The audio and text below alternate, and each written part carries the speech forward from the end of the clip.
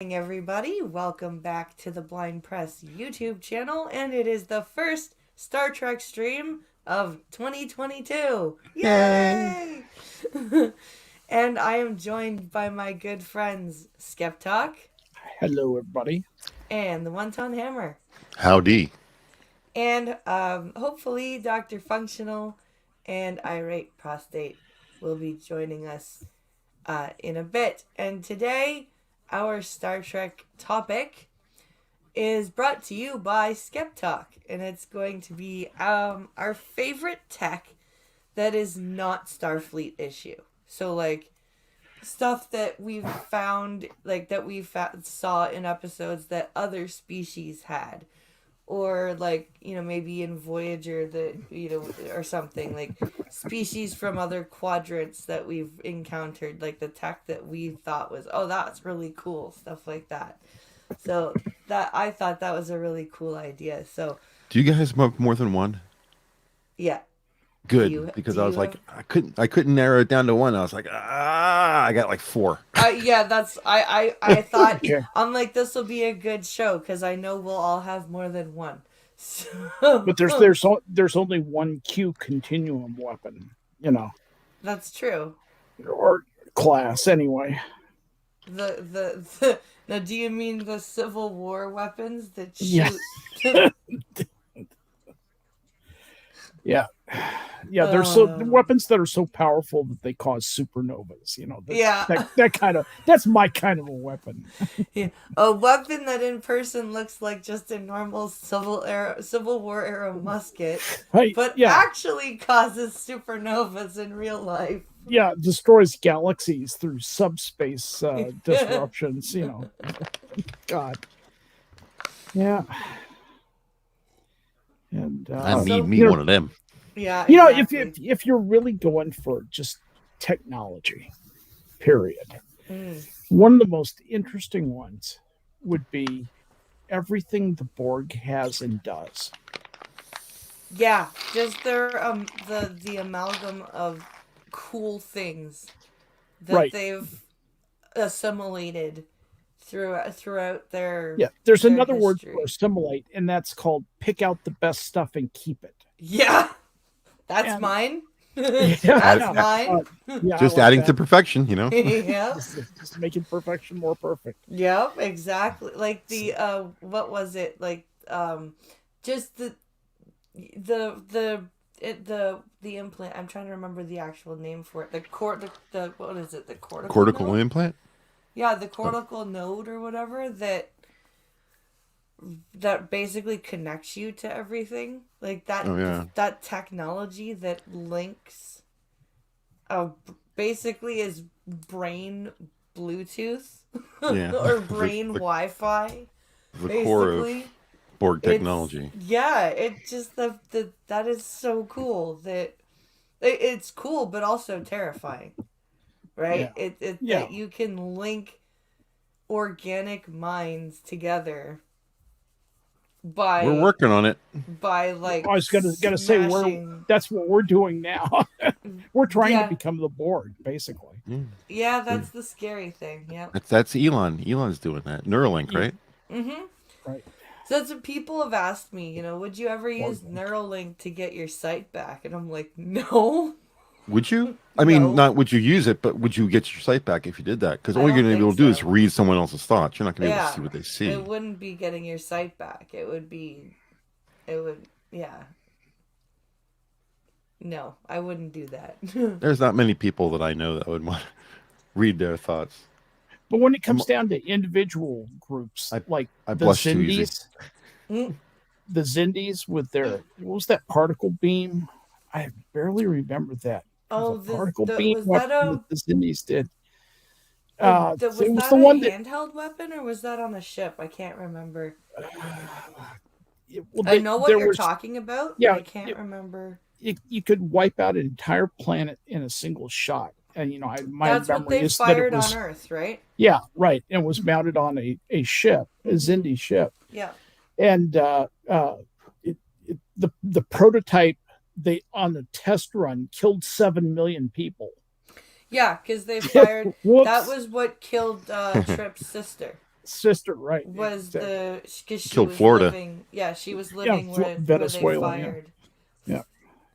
Yeah. Just I always wondered how you aim that. It's a sphere. Where is the port it. at? It does look like a sphere, but it does have one area that's kind of it had a blue and then it had a white dot in the middle of the blue circle on the sphere. Hmm, I just assumed that was where. Fire at the white dot. I must have Yeah. missed it. But there's other good stuff. The one Nomad thing- was an interesting weapon. Nomad was interesting. Nomad was perfect. just ask him. He'll tell you. You are not. You are an error, Nomad. Error. Yes, I said error, dipshit. Why do you have to keep repeating it to me? Yeah, I mean the poor. What And was the the name lies. what was the name of the 4 billion person star system? It nuked the Malurians or something. The Malurian system. Yeah. Malurian, something like system. that. Was I just watched that episode about a week and a half ago. it's awesome. And the one thing I wish that the Ferengi had kept as a weapon was that whip thing. Yes, the Ferengi whip. That would have been Man. cool. That was made a cheesy. brief experience. It made a brief appearance, and no, that had possibilities though. It had plot possibilities. That's the thing. Absolutely had plot possibilities. Some defenseless little waif, being cruelly oppressed by somebody, all of a sudden whips one of these out and sticks it in the bad guy's eye. Or Moogie with one of those. Could you imagine Moogie with one of those? If Rom or Quark misbehaved, just zap. I would love to see that. That would be great. Enforcing standards of behavior by any means necessary. Rule of acquisition number 2. Yeah. What rule of acquisition was that? Oh man, like the amount of stuff that even entertainment wise, like games like Davo that are not, or Domjot from the Domjot human. Yeah. They play Domjot human. Yeah. You have no gramba. You have, yeah, exactly. Did you say? Just the different games that that species play with, and the technologies that they use, like, or what was really interesting was the helmet, in what the hell was that episode in TOS? Spock's brain.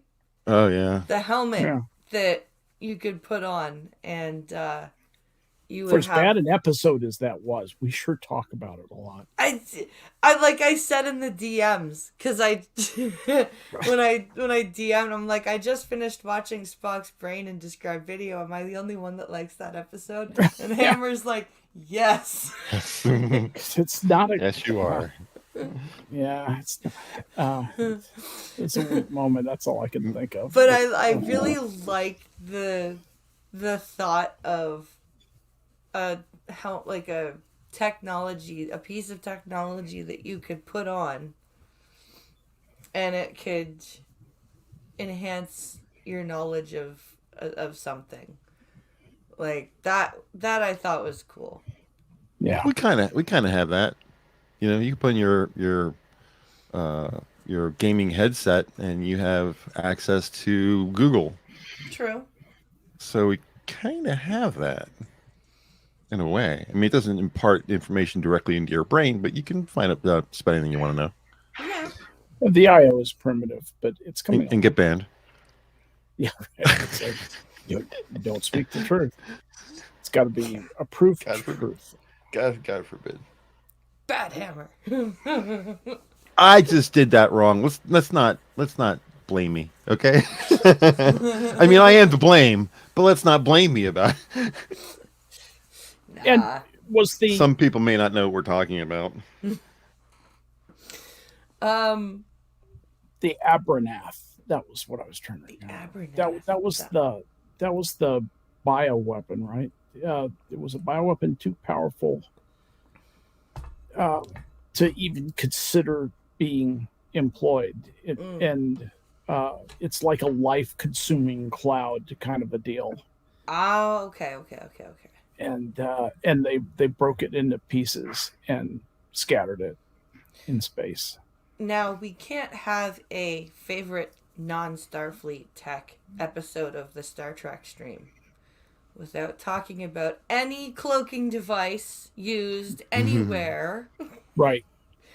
That actually By is the number 2 anyone. thing I have written down. All the cloaking. I Yes. have the words all the cloaking written down. All the cloaking devices. Yes. What kind of dumb maneuver was that? That was like the dumbest thing Starfleet ever did. Oh yeah, no, we won't research cloaking technology. Yeah, we'll sign that treaty.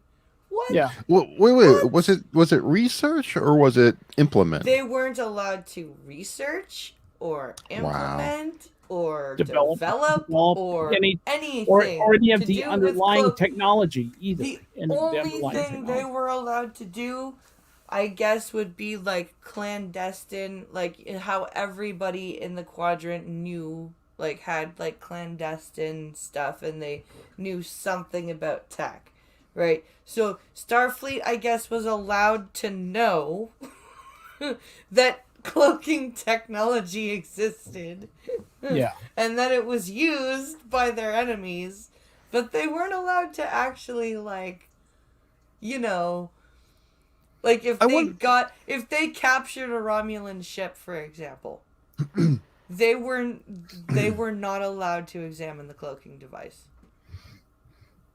I wonder if the Pegasus actually really did break the treaty with the Romulans or not.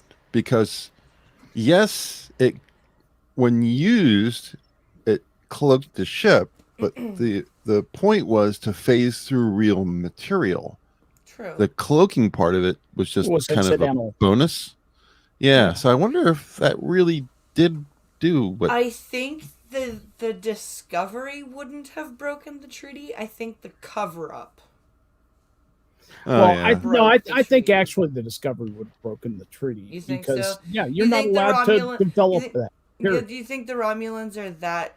Yeah, you know what? I'm with you. I think the Romulans are that much of a stickler for policy when did a Romulan ever pass up the chance to be an asshole? Especially to a human. Oh, yeah. I mean, we've developed this new phaser. It's much more powerful than old phasers, but darn it, it makes the ship go invisible. Oh, well, I guess we can't use it. Yep. Yeah, exactly. That would be Joe Biden following a treaty. And I think you guys would probably agree with me that the coolest, like, cloaking technology / masking technology is from the Vidians. Like, they can freaking manipulate rock and make it look like things are solid walls when they're really not. Wasn't there that alien ship that pretended to be a Federation ship that had slipstream drive, where it wasn't using holodeck, it was reorganizing matter? What was that ship all about? The one in the episode Hope and Fear, I think is what you're talking about, right? The Dauntless? I only The one saw that was that called once. the Dauntless? Is that what you mean? Yeah, I think that's what it was, because it was she was scanning it and everything looked Federation, because everything was Federation, except for this one part that wasn't, that allowed it to manipulate. It wasn't like a transporter. It was like a particle replicator kind of deal. Where, and then they turned it off as the ship turned back into what it used to be, some kind of alien contraption, because everything turned red. It was all Starfleet silver and blue. A quantum slipstream drive. Yeah. That was the drive, but there was another. I mean, I may be getting multiple episodes mixed up here, but there was something about the way the ship appeared to be Federation, but it actually wasn't Federation. I think you are And they kind thinking of of the same glossed ship. over. Yeah, they kind of glossed over it real quick, but it was something like, how did you change the way the ship looks? Because they discover it.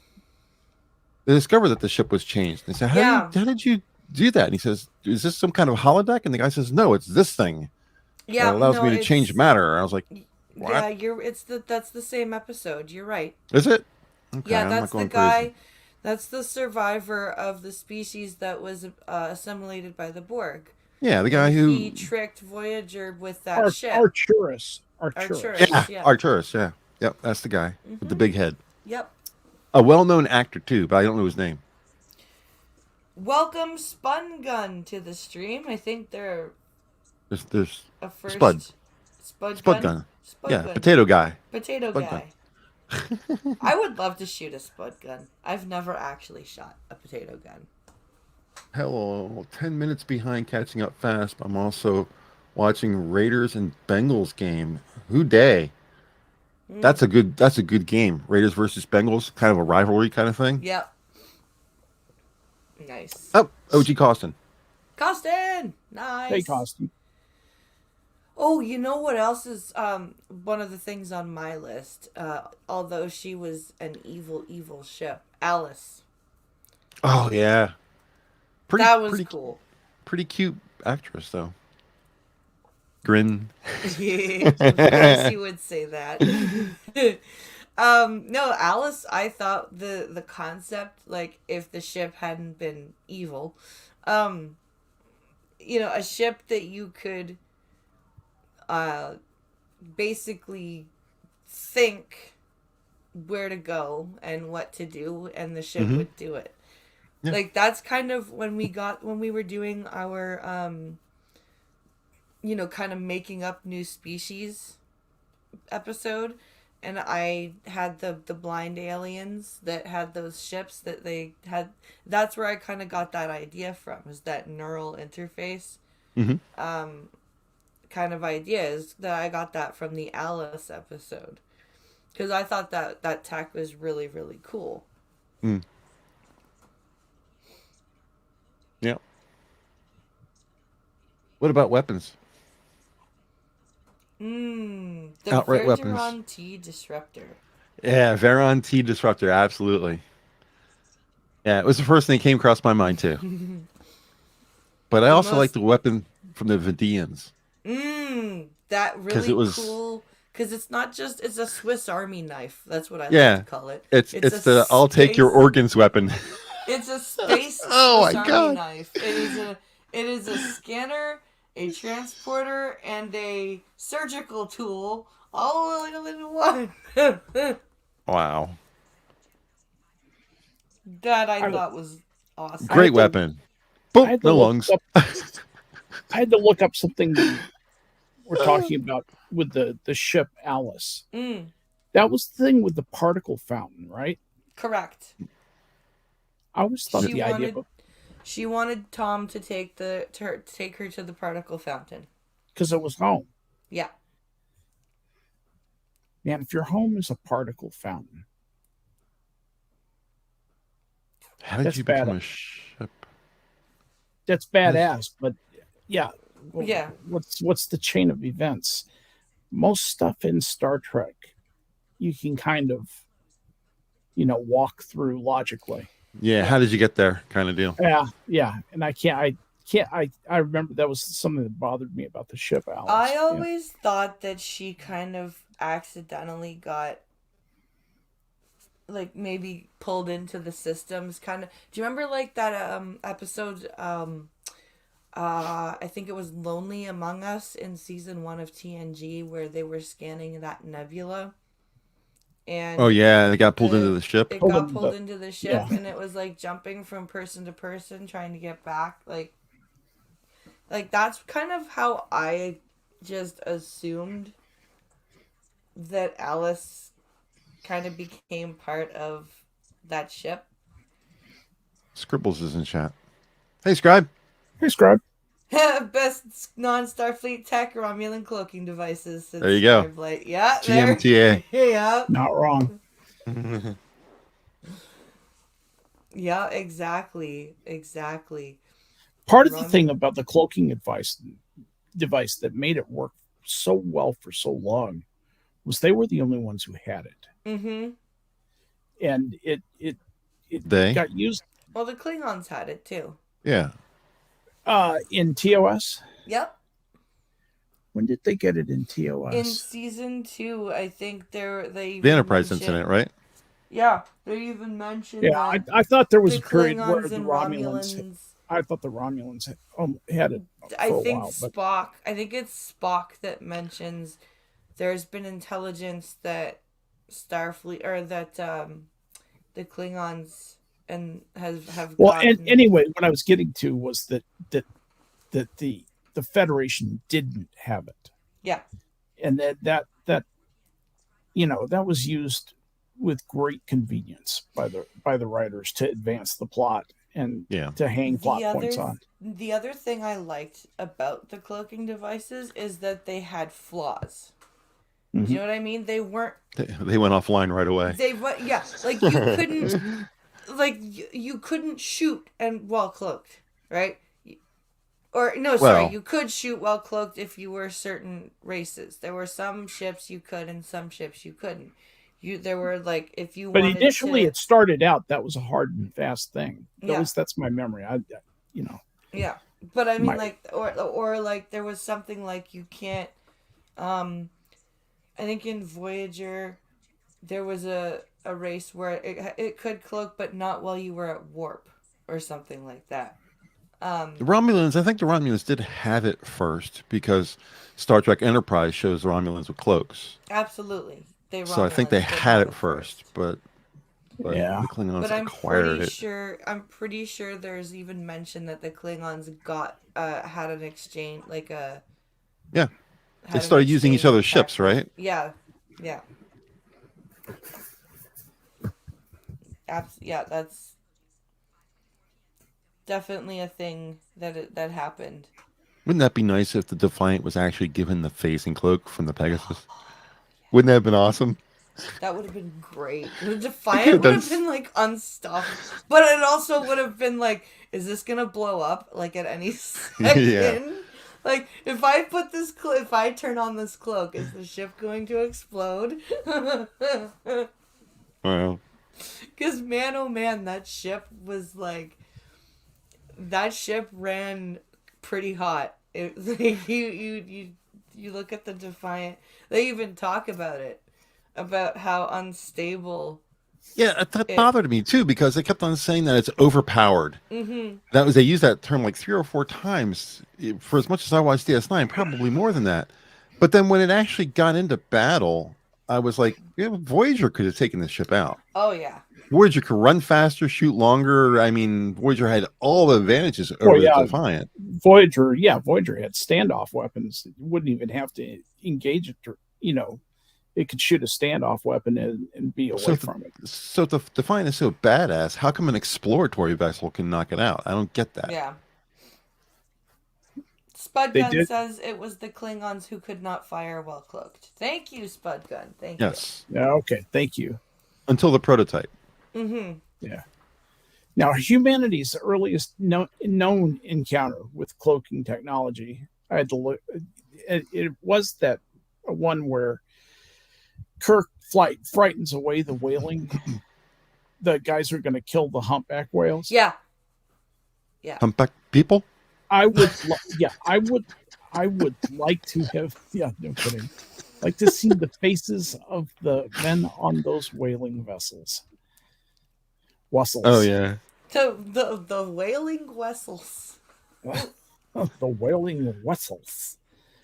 They will be docking in Alameda, next to the nuclear vessels. That just sounds so fun. I lived in Alameda for 30 years, and it's just so funny to hear people say that in Chekhov's voice, Alameda, because so many of my men with their Tagalog accents from the Philippines, that's what they said too. Alameda.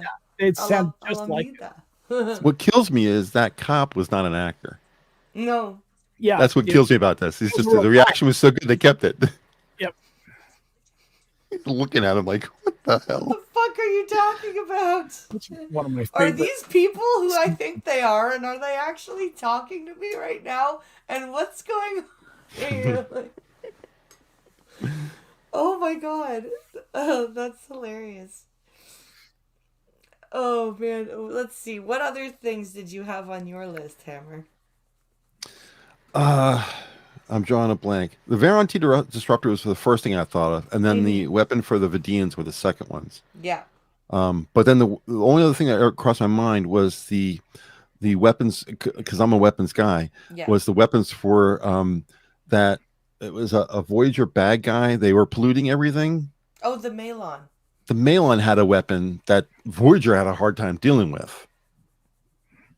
It beat the hell out of Voyager, and they were like, losing the fight kind of deal. I don't know, some kind of weird. They mentioned it like once, but they fire a lot of them, and Voyager's like really taking a pounding from them, and they really didn't have an answer for it. The shields really couldn't figure out what to do, but it was some kind of energy weapon that they were firing, like a bomb almost that they were firing at them. I was like, I never saw Voyager really struggle like that against a regular race. I mean, they had their problems with the Borg, like that kind of thing, and the chronoton weapons that were just like on another. They were well advanced, but this was just like a basic standard weapon, and Voyager was like, "Holy crap, almost this is beating the hell out of us." I think they were like kinetic energy weapons. Or something like but that. It was. I just remember the camera shaking a lot and people bouncing all over the place, and her hair being all disheveled from it. I was like, man, they must be getting some really serious pounding from. I think that was one of the reasons that they built the Delta Flyer the way they did, was to help withstand those weapons in particular, because it was a space race against the Malon for the warp core. There's something weird about the Delta Flyer that maybe you guys saw it as much as I do, but it always bothered me that I couldn't figure out the size of the thing. Sometimes they would show it and it looked smaller than a shuttlecraft, but then when you see drawings, it's got 2 decks, and they show people inside standing up on both decks. So those decks were full height, both of them. Yeah. I mean, that must be at least twice, if not 3 times the size of a standard Starfleet shuttlecraft. Yet every time I see it flying around, it looks tiny. Of course, it's hard to compare things in space. Yeah, they don't really show it against Voyager very often, do they? Yeah, no. you need to have like a little astronaut doing a spacewalk out there to really get an idea of what it's. Yeah, I know what you're talking about. It's the thickness. It doesn't seem to be 2 decks thick to me. I know what you're saying. Yeah.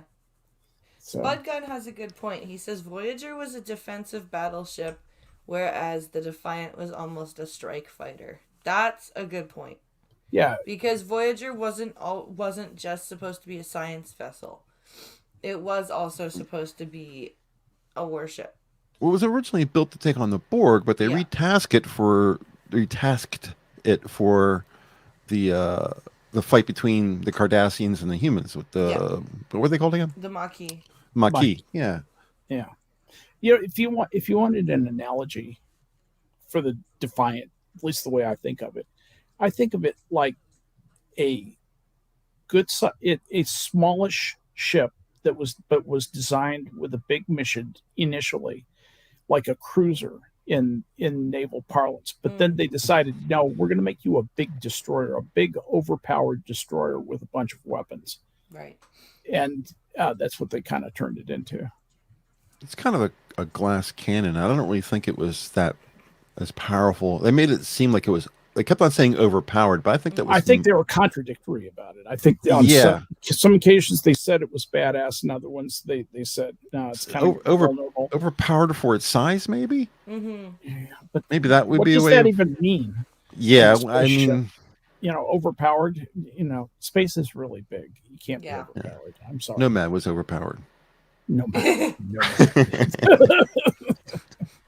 This is one of your units, Creator. It functions irrationally.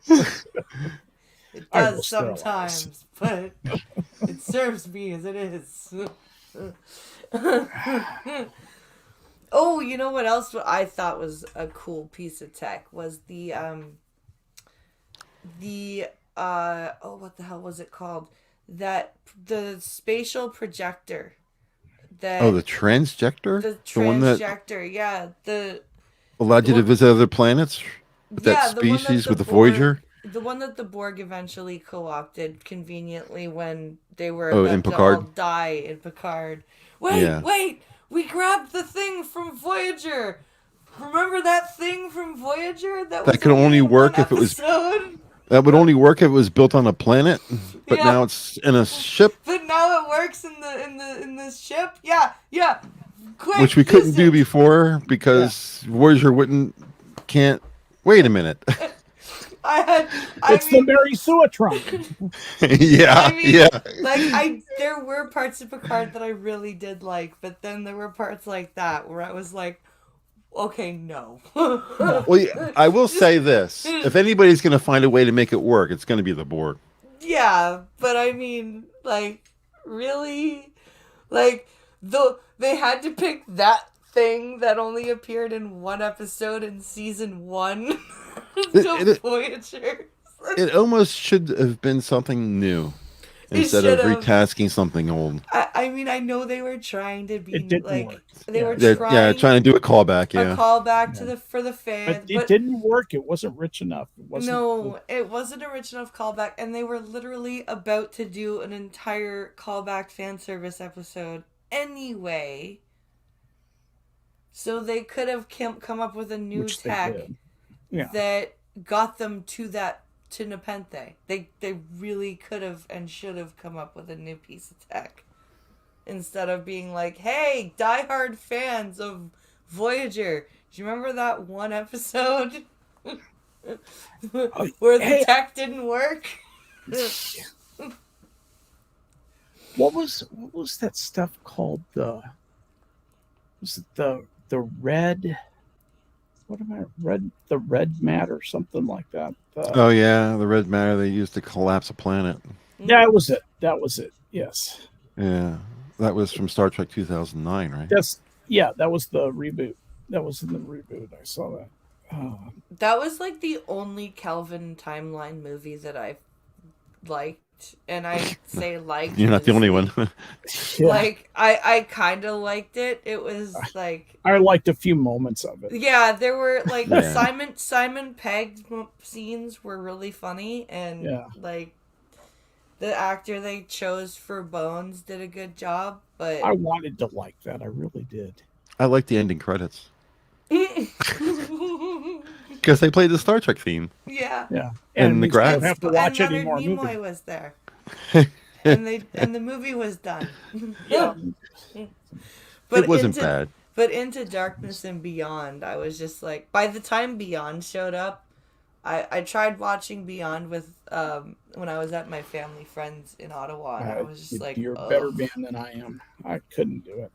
Oh, I got through about 20 minutes of it, and I'm like, I'm going to like read Twitter or something. Like, I would rather read Twitter than watch this, and that's bad. Kurt's driving around on the planet on a motorcycle. Yeah. Yeah, that kind of blew it for me. Mm-hmm. You got to be kidding me. Yeah, this is just you guys are laughing at us now. Stop it. Yeah, pretty much. So I was done with that. You know, there's so much tech and weapons tech to choose from. You forget a lot of times what the suspension of disbelief, what they're asking you for. Yeah. They're asking you to, and this is one of those things, the more physics, if you darken the door of a physics course or two, you could really have trouble, with the idea of something moving faster than light if you have an appreciation for why it is the international speed limit of matter, of the matter to energy transformation. It just the idea of subspace communications, for example. For some reason that always bothered me. there's a way to communicate faster than light. No, there's not. Not without changing the shape of space. Yeah. And I wish that they had fleshed that out somewhat. They could have done a lot more with the tech side of it. Of course, if I had my way, if I was running the joint at Star Trek, it would just be all tech. Now I know that. Oh, sorry. There'd be occasional romance. I was going to say this is kind of a little bit of a sidestep, but I always had a problem with the term "the speed of light." That always bothered me because it's really not the speed of light; it's the maximum speed of everything that even light is held to. Yeah, it's not like light decided. It's No. the universe decided, and light has to obey it. It's a statement of the relationship between the four significant forces. Yeah. So mathematically, that really is all it is, and that ratio is a constant. And, it's a very specific number. I don't know remember what it is, but I know it has a 1 and a 6 in it. That's why. 186,000 miles per second. Yeah. There you go. I knew there was a 1 and a 6 in it. And for one thing, that's pretty damn fast. Yeah. And, yeah. The fact that's relative. The universe is a pretty damn big place. The fact that it takes 8 minutes roughly for light to go from the sun to here, and we are 93 million miles away. How long do you think it takes light to go from the center of the sun to the surface? Millions and millions of years. It takes about a million years. Yeah, it can take a million years. Sure can. It's statistically, by definition, there are photons, or expressions of energy, future energy state changes of atoms of hydrogen atoms in the sun that have been there since it started, since it began, they've been there the whole time. So, the all-time record for being emitted at light is still to be set, and will not be set until the last little photon bleeps out of the now burned out cinder that our sun will become in a few billion years. I don't remember if it was Neil deGrasse Tyson. I don't remember who the person was. I don't know if it was a comedian or if it was a science person, but they talked about light in a way. I know we're kind of off subject here, but it made me laugh. I think he was trying to be funny, but he was talking about how light bounces around inside the sun for millions and millions and millions of years.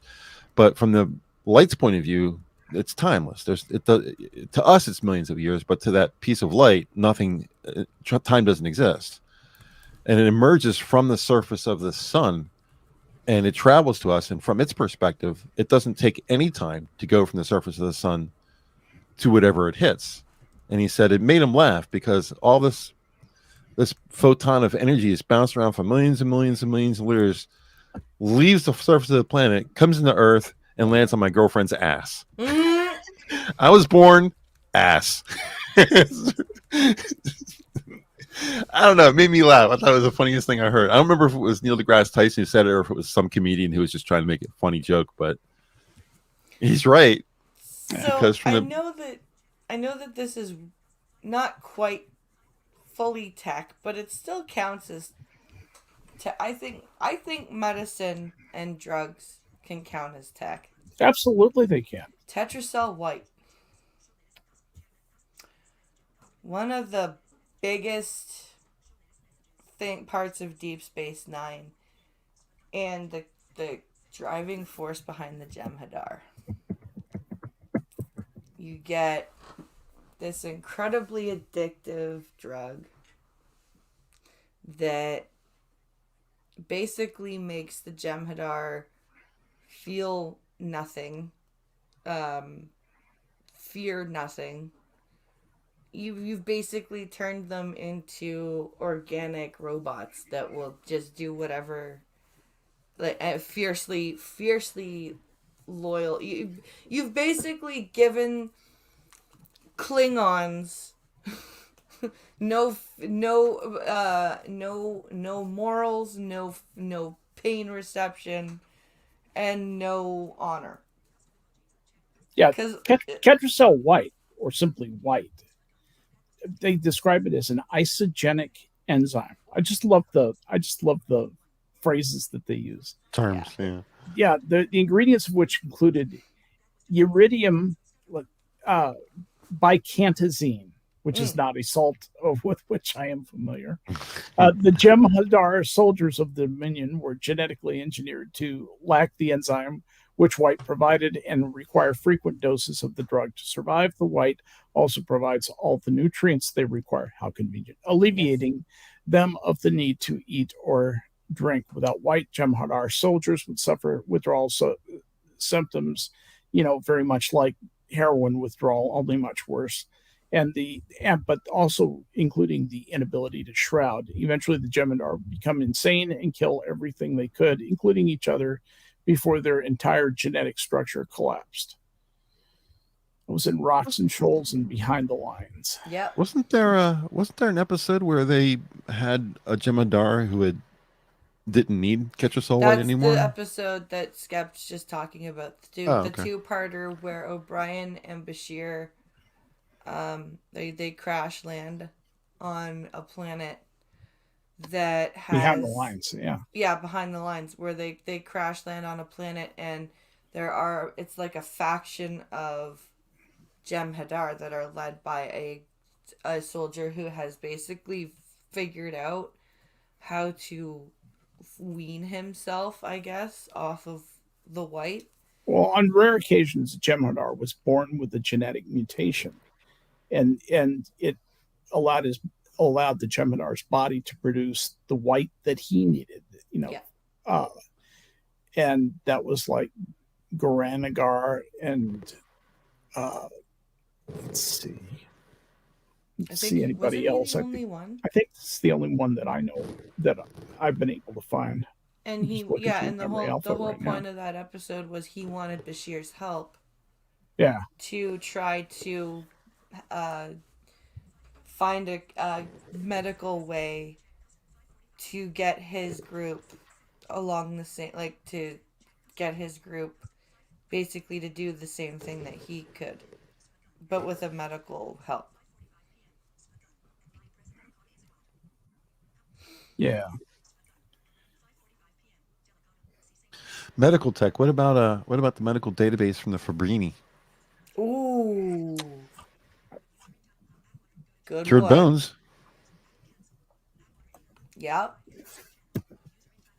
Convenient plot point. Oh, I'm it gonna die. was. Oh, we found a solution.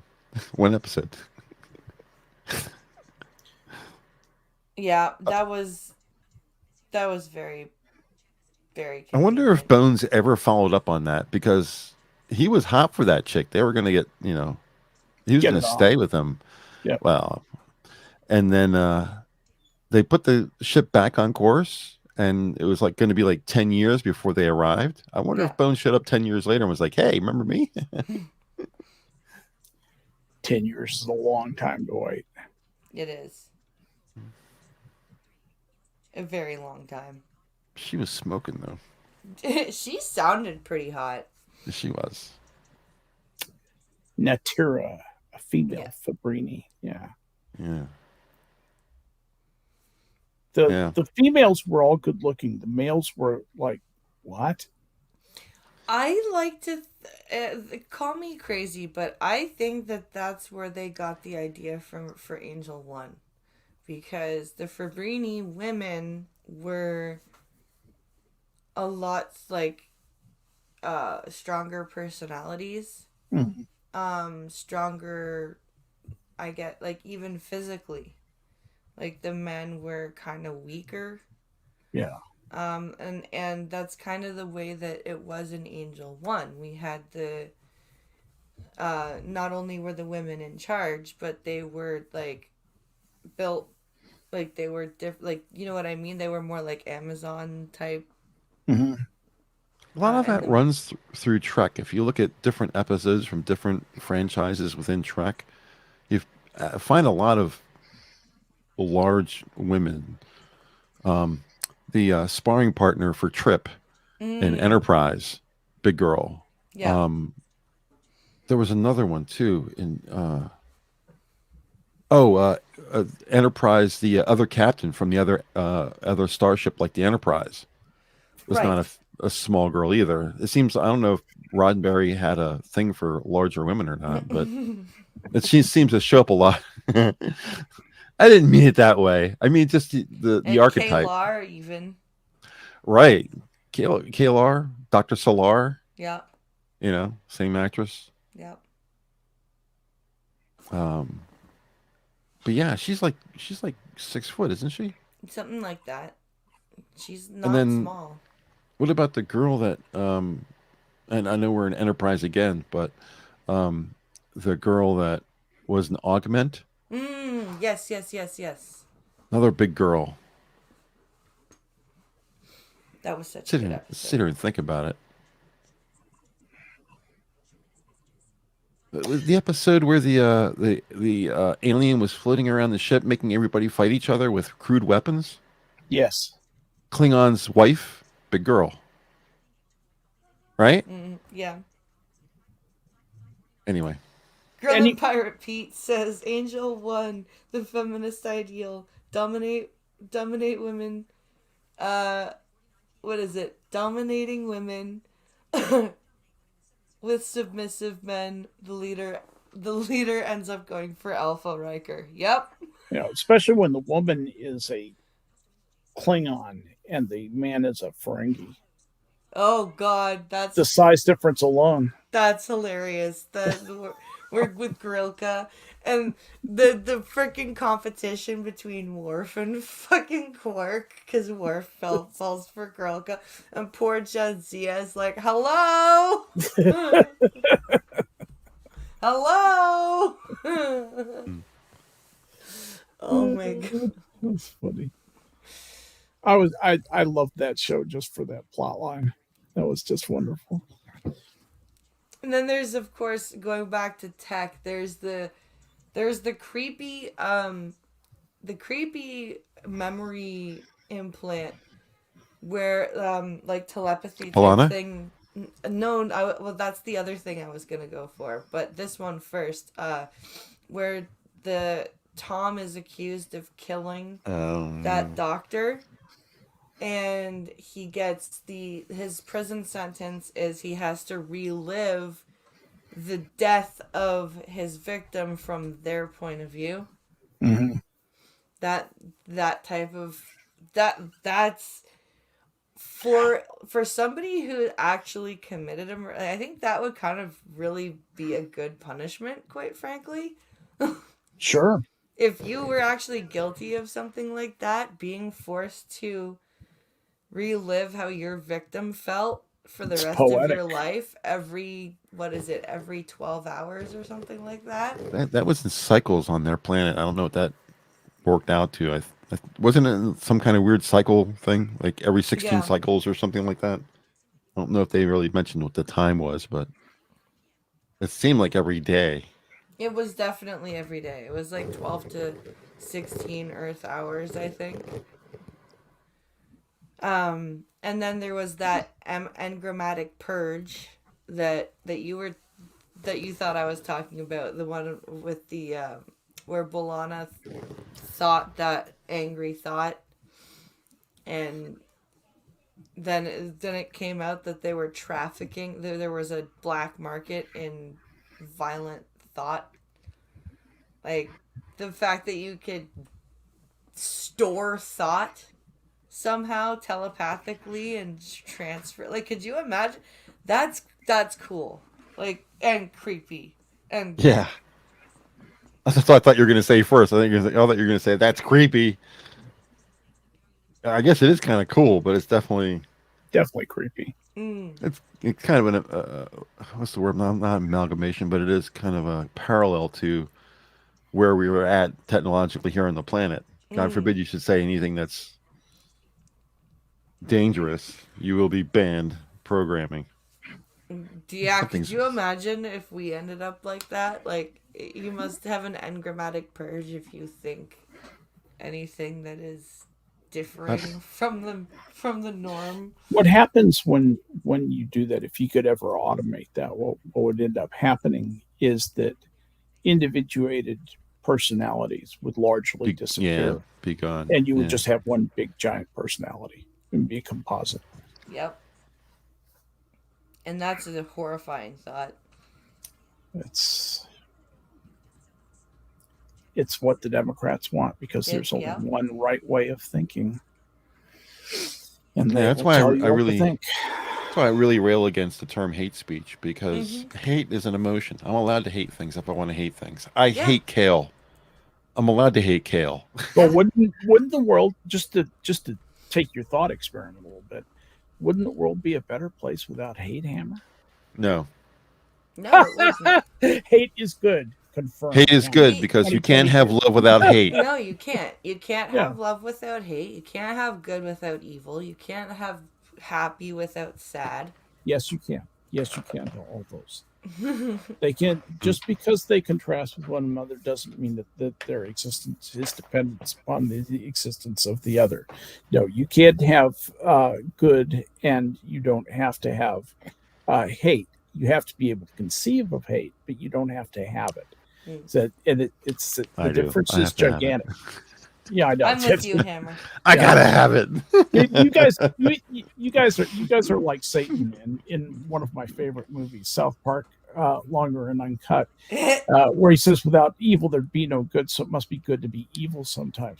That's Satan's best line in the entire franchise. It's so rich. Really? Because I like his line after Saddam goes, "But I can change, I can change. But what if you remain a sandy little butthole?" Yes, I watch that movie once a month. About. Sometimes more. Oh my god. Yes. I got another favorite technology. What's that? Dreadnought. Yeah. What do you like about it? I like that it was a weapon that you can walk around in and talk to. It was that big of a weapon that it had its own rooms. Yeah, that is pretty awesome. Most weapons are just the weapon. But this one actually had climate control. Yeah. You know? Now, on your same, on the same thought line, the warhead that, the intelligent warhead that they found, like that Harry found, that at first was just that Doc was like talking to, and it would beep and all that, but then it kind of co-opted Doc, and like Doc's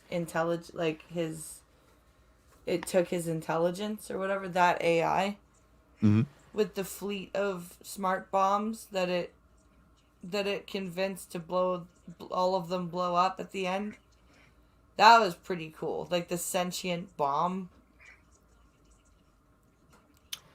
How about the empty staffs of Landru? They grabbed the staff and look at it, it's just a hollow tube. Yeah, a couple minutes ago it killed somebody. That's cool tech. Yeah. Imagine going to your favorite rally with a hollow tube. Is anybody going to stop you? Oh, it's a hollow tube. Here you go, sir. Here's your hollow tube. Bam, you're dead. Okay. And then you can like Landru itself, the machine, was pretty interesting. Like the fact that it could control organic minds and make them like that submissive. That's very interesting tech. Like the fact, like, how did all these ancient, even in universal time frames, ancient people, how did all of these people come up with this cool shit? Like, and then in comparison to that stuff, like even in the 22nd, 23rd, 24th centuries, the technology from humans and all that, like it looks like freaking a child's toy in comparison. Like the Iconian gate. Oh yeah, Portal. Yeah.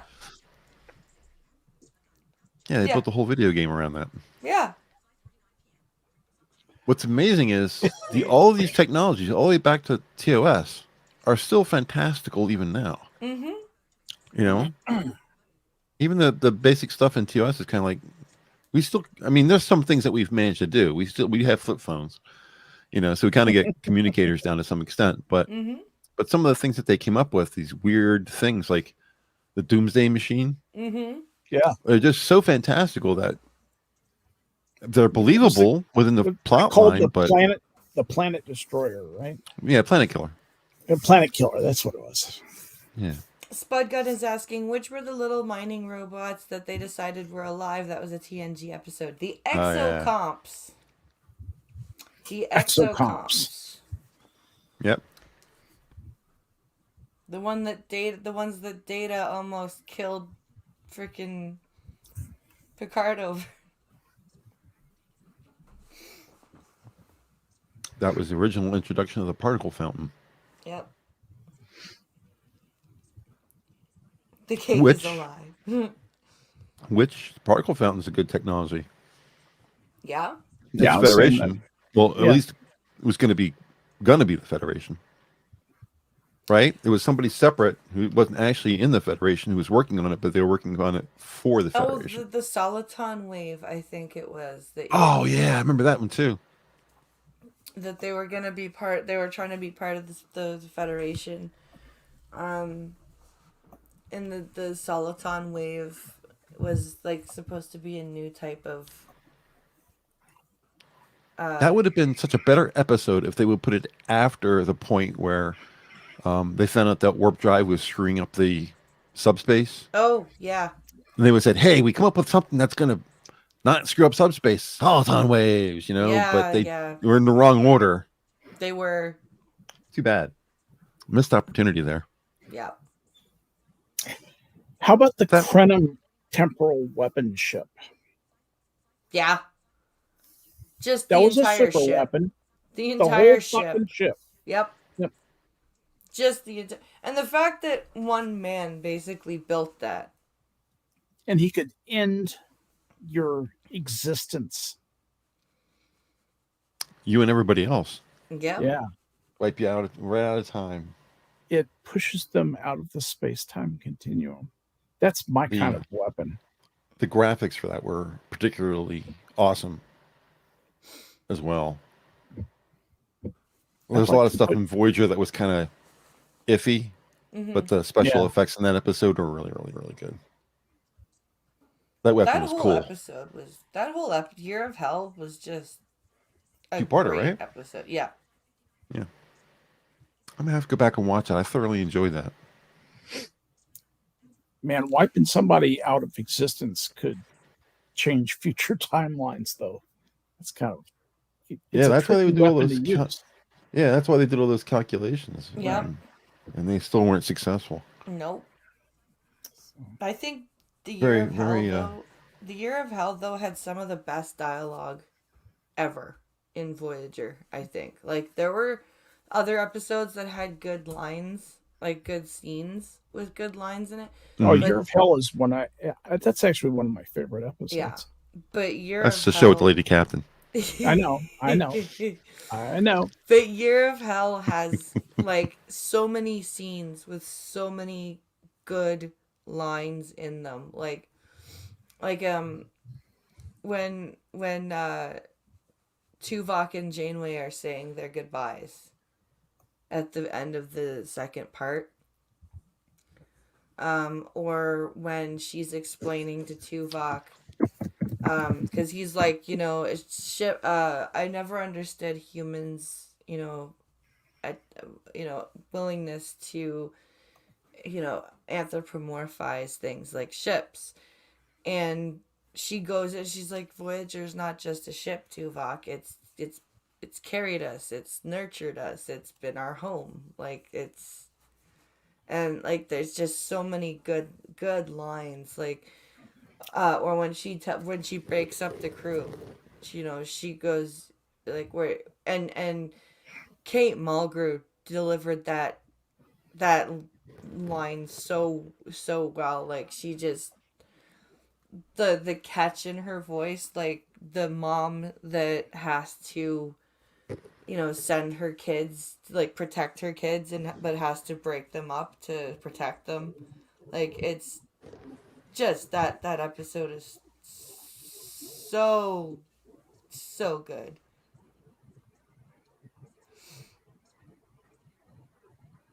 Was the Year of Hell the one with the fake Voyager that it escaped? Oh, no. That was the Course Oblivion. The Year of Hell was the two-parter in season 4 with the Krenim Imperium.